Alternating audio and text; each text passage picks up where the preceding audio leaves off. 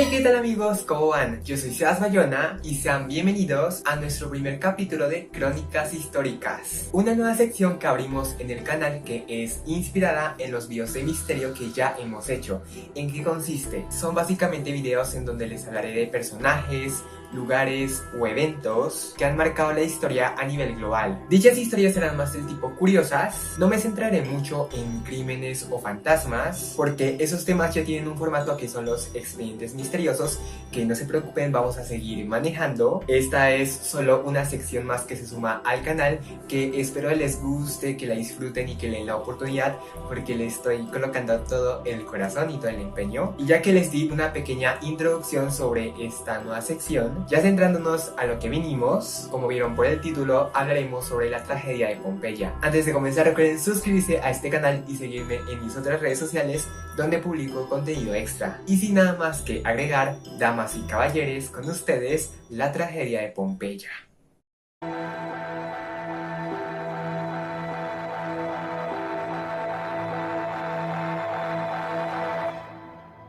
Pompeya fue una antigua civilización ubicada al sur de Italia, concretamente en la región de Campania, muy próxima a la actual Nápoles. Fue fundada a mediados del siglo VI a.C. por habitantes indígenas de la zona conocidos como los Oscos, y en sus inicios fue un asentamiento que también pasó por las manos de otros grupos como lo fueron los etruscos y los samnitas, quienes gobernaron y rivalizaron este territorio. Ya para el año 89 a.C., la influencia romana llega a Pompeya, pues dicho imperio conquistó este territorio haciéndolo parte de su dominio, luego de la llamada Guerra Social, que fue un conflicto entre la República Romana y sus aliados italianos, por temas de proveer de ciudadanía romana a ciertos pueblos. Ya con el cambio de era y el gobierno, Pompeya se enriquece de forma tal que se convierte en una próspera localidad, radicando a más de 20.000 personas. Se alzaron imponentes construcciones como palacios, estatuas, jardines, templos, palestras, prostíbulos y anfiteatros. Estos últimos eran lugares de ocio predilectos por los pompeyanos para presenciar espectáculos como lo son la lucha entre gladiadores de brillante armadura y animales salvajes. Gran parte de la bonanza de Pompeya se debía a la agricultura, ya que el fértil suelo volcánico impulsó la economía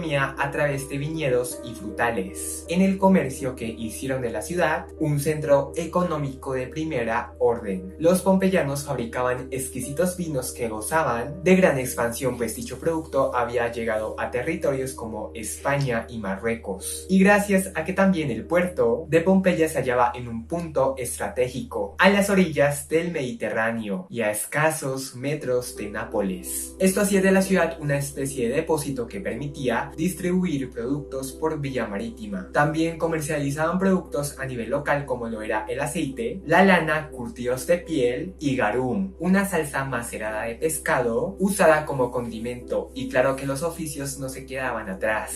En cada calle habían diversos locales como lo eran cocheros, pescaderos, lavanderos, zapateros, pintores, panaderos, maestros y muchos más. Y aun cuando era una comunidad desigual en lo que respecta a posición social, había una convivencia armoniosa entre élites, clase obrera o trabajadores y esclavos. La política impregnaba en cada rincón a través de inscripciones propagandistas en las paredes, y la religión era también muy variada, pues en Pompeya convivían creencias entre dioses locales, orientales y romanos. La ciudad se convierte así en un paraíso vacacional extravagante y en una zona con gran potencial económico y social. Sin embargo, había algo no muy chévere de Pompeya, y era justamente el Vesubio. Este es un volcán de miles de años ubicado a pocos pies de este poblado. Se tiene como uno de los volcanes más peligrosos del mundo, pues durante generaciones ha estado en erupción. Sin ir más lejos, en 1780 a.C.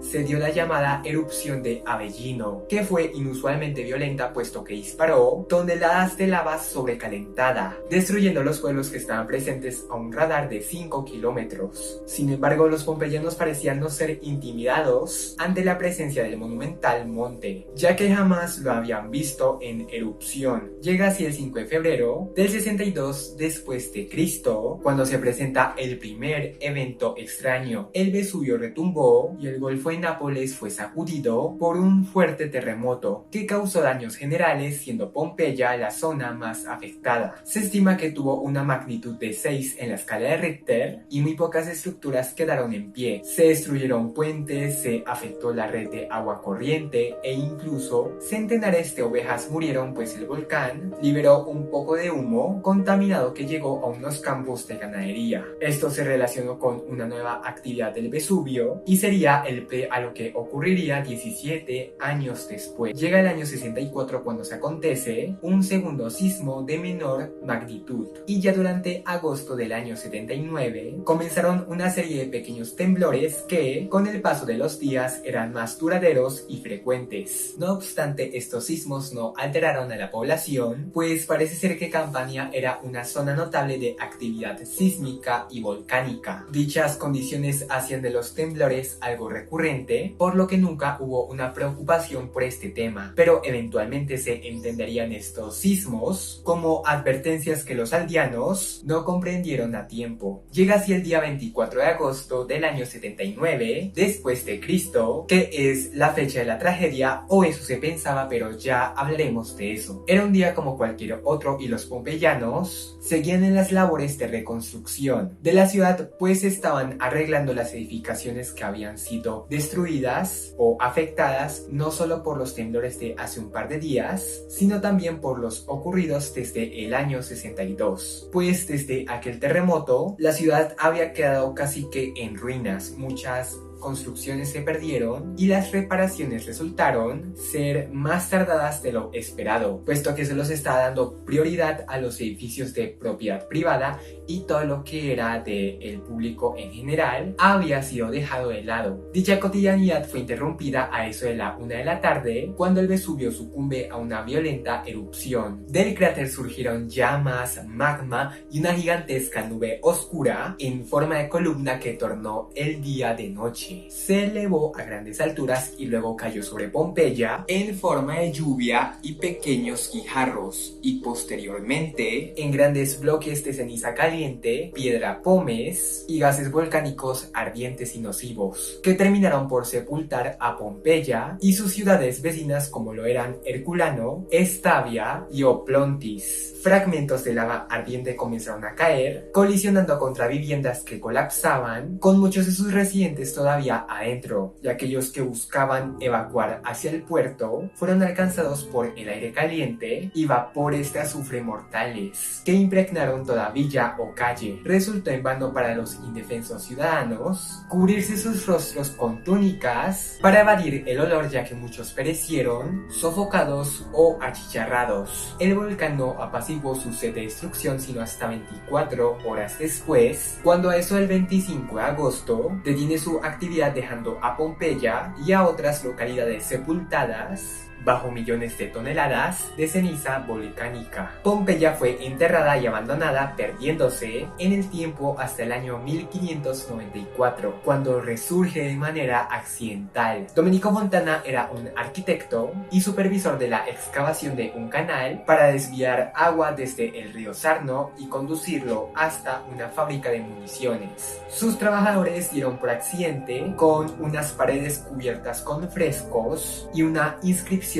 con la leyenda Pompeya, que rápidamente volvieron a cubrir. Se ha sostenido una hipótesis no confirmada, la cual indica que efectivamente Fontana encontró unos frescos, pero dichas obras eran de carácter erótico y sexual. Escandalizado debido a la estricta moral reinante de la época, el hombre mandó a sepultar nuevamente estos hallazgos en un intento de censura arqueológica. El hecho se dejó de lado, pero al poco tiempo un campesino encontró en sus tierras, restos de pintura y mármol, cosa que alentó a Carlos III de España a enviar en el año 1738 al ingeniero militar zaragozano Roque Joaquín de Alcubierre para que este hombre iniciara excavaciones oficiales para encontrar las ciudades y sus respectivas obras de alto valor histórico. Se pensó por el área de Herculano y a pesar de que se hallaron unas estatuas y una inscripción del teatro de Herculano, se amplió el área de trabajo, pues esta zona era de difícil acceso, pues estaba cubierta por una capa solidificada de lava. Inician así la búsqueda por Pompeya, ciudad que es localizada en 1763. El acceso a estas ruinas fue más fácil que las de Herculano, puesto que excavaron sobre lava fragmentada en millones de partículas de polvo, y los espectaculares hallazgos en Pompeya no se dieron sino hasta 1775. Este puntapié provocó que la historia de Pompeya resurgiera y captara atención internacional. Comenzaron a llegar los primeros estudiosos y turistas, y muchos de los hallazgos iban a parar a museos de Roma, España y Nápoles. Y las excavaciones pasaron a tomar un carácter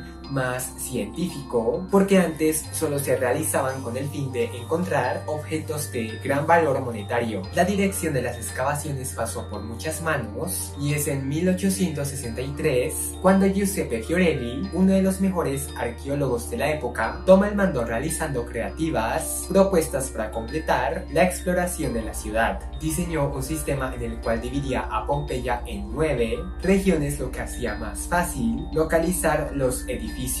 Replanteó el sistema de excavación de los edificios de Pompeya de forma tal que se comenzó a excavar desde arriba, capa por capa, hasta dar con las ruinas, cosa que facilitaba su posterior restauración. Y la innovación más creativa por parte de este hombre, que es hoy también el atractivo principal de Pompeya, fueron los moldes de las víctimas. Gran parte de las víctimas se hallaron atrapadas y cubiertas por grandes capas de fango y ceniza. Todos estos elementos juntos crearon una especie de arcilla que se endureció con el calor de la lava y se adhirió a las personas, animales y plantas por completo. Se podía decir que todo ser estaba prácticamente momificado. Pasado un tiempo, la materia orgánica de estos seres se descompuso, dejando en este material, en esta especie de arcilla, espacios vacíos con la forma de los seres que estuvieron allí atrapados. Lo que hizo Fiorelli para preservar los cuerpos fue rellenar estos espacios vacíos con yeso, y una vez este se secara se retiraba la capa de ceniza de los cuerpos, y como resultado el yeso tomaba la forma exacta de los cuerpos de las víctimas, que son la parte más impactante de toda Pompeya. Fiorelli también autorizó el acceso a las excavaciones a todo aquel que estuviera interesado, siempre y cuando pagara por el ingreso, y esto facilitó también el financiamiento de los trabajos arqueológicos. Publicó muchas investigaciones y el gobierno italiano otorgó dinero y medios para continuar con las excavaciones e indagaciones de cómo era Pompeya antes y después de la tragedia. Otro dato interesante además fue que durante la Segunda Guerra Mundial, Pompeya sufrió bombardeos por parte de los aliados en 1943, hecho que deterioró muchas de las ruinas, que se tuvieron que someter a restauraciones. Hasta la fecha, Pompeya sigue siendo investigada y se continúan haciendo labores arqueológicas, al igual que labores de preservación. Los descubrimientos más recientes se dieron a lo largo de 2018 y 2019, y el área es hoy una importante atracción turística y un patrimonio mundial de la UNESCO. Se han encontrado múltiples piezas en Pompeya y en los pueblos aledaños, entre ellas pinturas, murales, frescos, estructuras a deidades, objetos personales como joyería, piezas de mobiliario carbonizada, propaganda electoral en los muros, ánforas, carrozas. También se han recuperado los restos de muchas edificaciones,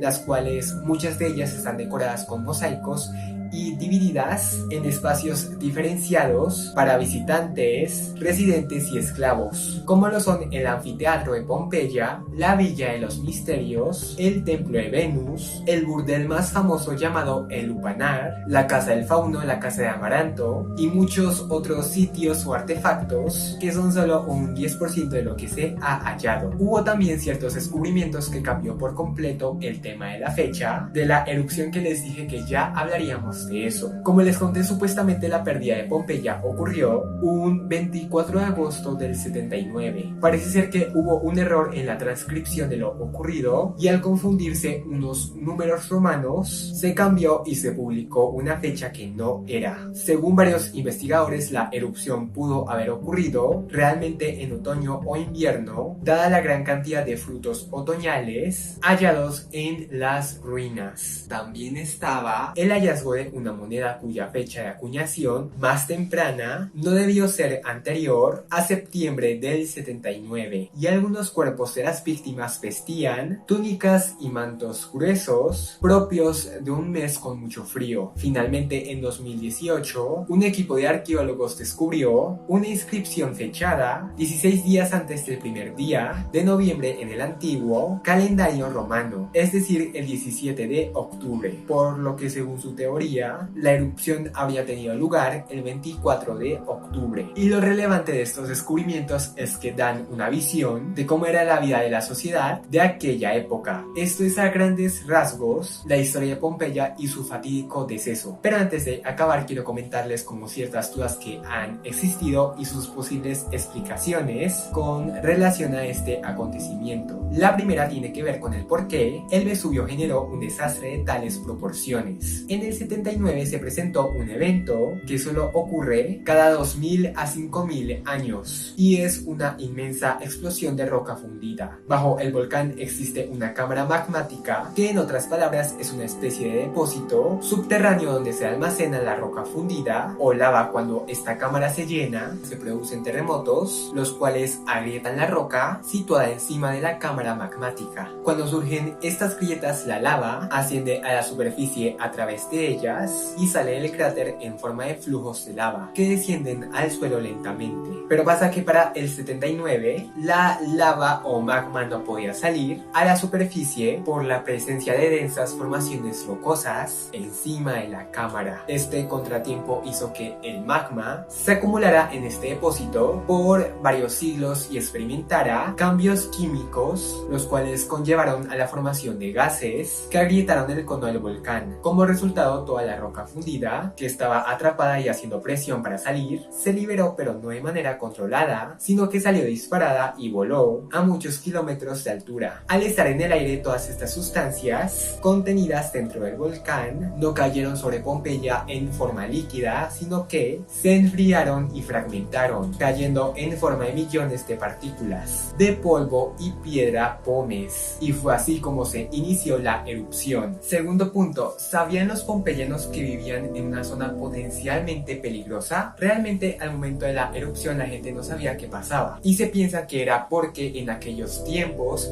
nadie sabía que era un volcán. Sin embargo, hay otros que opinan que los romanos cultos sí tenían conocimiento claro de su existencia y de lo que generaban, pero estos mismos ilustrados pensaban que el Vesubio era un volcán inactivo y por ende nadie se debía preocupar por él. En aquel momento, el cráter del Vesubio estaba lleno de vegetación. Esto indicaba que no había explotado en unos 400 años. Esta versión se corrobora mediante unos frescos que se hallaron en las ruinas, donde se ve al volcán arbolado y frondoso. Tercer punto muy importante: cómo murieron las víctimas. Se pensó en un primer momento que todos habían muerto aplastados por edificaciones que se dieron al peso de los materiales que caían sobre los techos, y posteriormente habrían sido sepultados bajo metros y metros de cenizas, que sí fue el caso, pero de muy pocas personas. De 1000 cadáveres exhumados, muy pocos de ellos se hallaron a cierta profundidad y presentaban lesiones horribles o fueron hallados atrapados o aplastados tras recibir el impacto de un escombro. Una segunda causa de muerte sería la asfixia. Gran parte de la población logró caminar sobre las amplias capas de cenizas, manteniéndose así en el mismo nivel. Aquellos que no fueron enterrados presentaban particularidades como que habían muerto a la misma hora y no presentaban lesiones evidentes. Hay algo que se denominan oleadas piroclásticas. Estas son avalanchas cargadas de gases pesados y ceniza caliente que suelen caer a la tierra cuando la columna de humo del volcán se viene abajo. A primeras horas del día 25 se presentaron 6 de estos deslizamientos en momentos diferentes y cada uno fue mucho más fuerte que el anterior. Se dice que pudieron expandirse por varias hectáreas y golpear a los pompeyanos, que se cree fallecieron agonizando tras inhalar las sustancias de estas oleadas, que habrían entrado por la nariz, por la boca y obstruido los pulmones y la tráquea. Y lo que dio credibilidad a esta teoría fue que gran parte de las personas e incluso animales fueron halladas con expresiones macabras en el rostro. Ustedes tienen que ver las fotografías porque son simplemente como gestos muy horribles sacados literalmente de una película de terror. Básicamente tenían la boca abierta y se incorporaban de manera tal de que alargaban el cuello hacia arriba, como si quisieran alcanzar aire limpio. Sin embargo, con el paso de los años se volvió a replantear la causa de muerte por exposición a altas temperaturas. Se volvieron a analizar algunos huesos y en ellos se encontraron un detalle que habían pasado por alto, y ese detalle eran unos polvos negros y rojizos que se hallaban en la superficie de los huesos. Se descubrió que esos polvos eran realmente degradaciones térmicas de la sangre de las víctimas, e incluso algunos cráneos estaban llenos de cenizas de lo que anteriormente fue el cerebro. Esta versión, que es la que se maneja hasta el momento, sostiene que los decesos serían producidos por una rápida vaporización de los fluidos corporales y tejidos blandos debido a la exposición al calor extremo de entre 300 y 600 centígrados, que probablemente llegó hasta los pobladores a través de las oleadas, las cuales no solo golpearon con rocas y escombros, sino también con aire y gases ardientes que al mínimo contacto con la piel humana chamuscaron al 100% los cadáveres de todos estos seres de manera inmediata. Se comenta además que la asfixia no sería una causa principal de deceso, dado a que las oleadas solo duraron 1 o 2 minutos en el aire, tiempo muy corto para generar una muerte de este tipo, que solo se da si la persona o el ser pasa entre 4 a 6 minutos sin recibir oxígeno. También está el hecho de que la postura de los difuntos es compatible con un cadaveric spam, que es la posición que adopta el cuerpo únicamente cuando la muerte se da de manera instantánea. Esto nuevamente se corroboró cuando los cuerpos fueron hallados en diferentes perspectivas tras ser cristalizados, por así decirlo, por las altas temperaturas mientras ejecutaban su última actividad antes de morir. Entonces, esta se mantiene como la teoría principal de cómo murió gran parte de la población. Y finalmente, ¿los pompeyanos tuvieron oportunidad de escapar? La respuesta es sí. Contrario a lo que se piensa, la erupción no fue violenta inmediatamente. Fue más un evento progresivo que inició con la caída de ceniza y piedra pómez muy ligera, o sea, literalmente fragmentos chiquiticos que no lastimaban a nadie, y que con el pasar de las horas tomó un matiz más apocalíptico. O sea, primero comenzaron a caer rocas muy pequeñas y muy ligeras, pero con el pasar de las horas, ya a entrar la noche, ya comenzaron a caer piedras más grandes e incluso mezclas con magma y otras sustancias. El comportamiento anormal que presentó el volcán desde el primer momento debió asustar a los pobladores e incitarlos a huir. Sin embargo, hubo una especie de duda generalizada en la población sobre lo que tocaba hacer en ese momento, ya que nadie sabía con certeza lo que estaba pasando. Se pensó que todo era producto de un inusual sismo, porque obviamente continuó temblando después de la erupción, y la experiencia con este último fenómeno natural por parte de los pompeyanos solo les había enseñado a simplemente aguardar a que todo pasara, por lo que muchos se refugiaron en su casa esperando a que la situación mejorara sin tener idea del desastre que les esperaba. Naturalmente también ocurrió que muchas personas empezaron a huir, obviamente cuando las cosas se pusieron feas, pero esta labor fue también un poco tardada, pues muchos no evacuaron hasta encontrar a sus demás familiares y amigos, o hasta llevarse todos sus bienes consigo. Esto último fue algo vital, pues muchos cadáveres se hallaron con objetos de gran valor y las llaves de sus respectivas casas a su lado. Esto permitió deducir que muchas personas, especialmente clase alta, estaban escapando, pero retornaron a Pompeya nuevamente junto a sus esclavos para llevarse consigo toda la joyería y dinero que poseían. Esto porque existe la sospecha de que ellos pensaron que los ladrones o criminales podrían meterse a las casas y saquearlas, aprovechando todo el caos que estaba ocurriendo en ese momento. Así que muchos regresaron por sus cosas, cosa que fue un error porque obviamente se expusieron bastante a la ira del volcán. Se presentó también otra situación que para mí, bueno, se me hizo bastante triste, y fue que también hubo cierto grupo de personas que, aunque quisieron, no pudieron irse de la ciudad. Esto porque tenían muchos familiares enfermos en casa que no podían moverse, por lo que en vez de dejarlos a merced del volcán, los acompañaron en sus últimos momentos de vida. Esto también se ha logrado comprobar, pues en muchas casas hallaron esqueletos que compartían fuertes vínculos genéticos y afectivos. Por ejemplo, hallaron dos esqueletos que estaban cogidos de las manos, y se piensa que estos cadáveres pertenecían a una adolescente que tomaba la mano de su padre, que estaba enfermo. Muy poquita gente logró sobrevivir, dado a que la devastación del Vesubio superó los límites de Pompeya y otras ciudades, y alcanzó a personas que creyeron haberse salvado en la carretera, playas e incluso en el mismo puerto fluvial. Este queda al sur de Pompeya y era como un punto importante porque la idea de muchas personas que querían huir de Pompeya era llegar a este puerto fluvial, refugiarse ahí un tiempo y luego tomar un barco que zarpara con dirección a Nápoles, que era como el lugar más cercano, para lograr escapar de todo lo que estaba ocurriendo. Pero muchos lamentablemente no alcanzaron este objetivo. Aquellos que vivieron para ver otro día se reasentaron en otras comunidades como lo son Cumae, Nápoles, Ostia y Puteoli. Se dice que se han descubierto la identidad, los nombres y la reubicación de muchos sobrevivientes gracias a enormes estudios hechos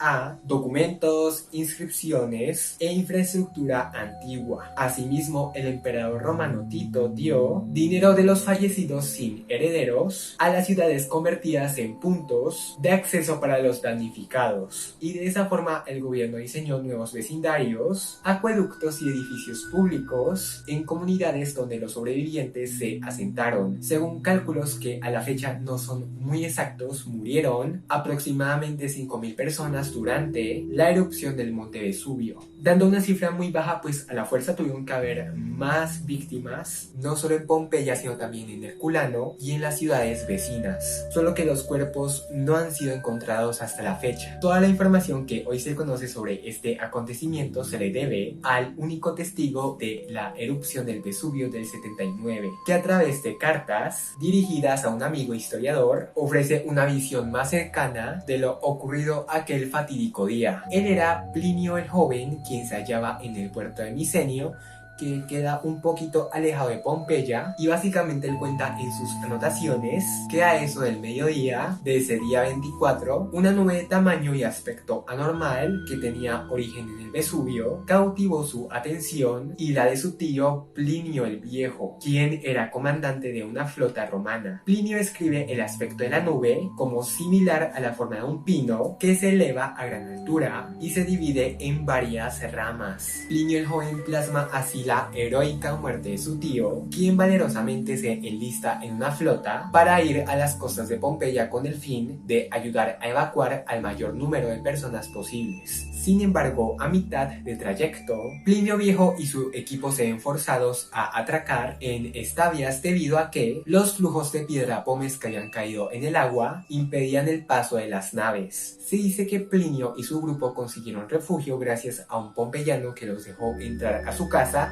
pero luego tuvieron que salir de esta, dado a que los edificios comenzaron a moverse como si no tuvieran cimientos, dado obviamente a la actividad del volcán. Plinio y sus compañeros optaron por salir y caminar hasta la relativa seguridad de la playa de Estabias. Ellos comenzaron a hacer esto, pero ya a este punto era de noche, la noche del 24, a eso de las 9:10 de la noche, momento en el que la erupción está en su máximo apogeo. Durante su caminata, las llamas y el olor a azufre les advierten sobre la posibilidad de peligro, así que Plinio el Viejo y su grupo corren lo más rápido posible, pero se cree que fueron golpeados por una nube de gases calientes, lo que los hizo desplomar y morir al instante. Cuando la luz del sol salió sobre la desolada Pompeya, ya cuando pasó toda la tragedia, también quedó a descubierto el cuerpo intacto y sin daño de Plinio el Viejo. Dicen que se hallaba totalmente vestido y parecía más dormido que muerto. Dicha calamidad fue anunciada a Plinio el Joven a través de unos esclavos que sí lograron sobrevivir, y este chico también comenta en sus cartas cómo la gente antes de perecer lloraba su destino y el de sus familiares. Algunos incluso en medio de los rayos y el fuego se arrodillaban para reclamarle a los dioses una muerte inmediata para escapar de tan desastrosa escena, pues muchos en ese momento pensaban que el mundo estaba llegando a su fin, tras este sumirse a una oscuridad eterna. Pese a que el Vesubio actualmente se encuentra inactivo, luego de lo ocurrido en el 79, tuvo otras erupciones, siendo la más reciente en 1944. Esta no fue tan fuerte como la que ocurrió en Pompeya en el 79, pero básicamente hizo erupción en esta época y pequeños flujos de lava cayeron hasta llegar al pueblo de San Sebastiano, destruyendo varias casas y matando a una veintena de personas. Actualmente Nápoles y Salerno, provincias que albergan casi 3 millones de personas, se encuentran en zona de peligro al estar a pocos metros del imponente Vesubio. Los científicos creen que cuanto más dure inactivo este volcán, más fuerte sería una inminente erupción. Pese a que la Guardia Civil ha diseñado planes de emergencia, los ciudadanos de aquellos lares deben estar preparados en caso de que algún día la tragedia vuelva a repetirse. Espero, aspiro y cruzo los dedos a que les haya gustado el video de hoy. Oigan, no creí que este video fuera tan complicado de hacer, no porque la información fuera escasa, sino que al contrario es muy abundante. Cada día salen nuevas investigaciones, nuevos descubrimientos. Disculpen también que este video haya sido tan largo. Si quieren complementar el video con algún dato que hayan escuchado, o sienten que algo no lo toqué a profundidad o me faltó algo por decir, escríbanlo en los comentarios sin miedo ni pena para que todos podamos seguir aprendiendo sobre este lugar, que ojalá algún día espero visitar. Si voy a Italia, ojalá que eso pase, porque me encantaría verlo en persona, las ruinas. Díganme también qué temas quieren que toquemos en las crónicas históricas. En lo personal tengo muchas ideas en mente. Quiero hablar sobre los disturbios de Stonewall, sobre el Holocausto, también sobre Alan Turing. No sé, tengo muchas ideas que espero mostrarles próximamente, pero por ahora no olviden seguirme en todas mis redes sociales, suscribirse a este canal. Les agradezco muchísimo por ver mis videos, por darme muchísimo todo su apoyo. Los amo con todo mi corazón. No olviden soñar con fantasmas y nos vemos en un próximo video. Así que chao.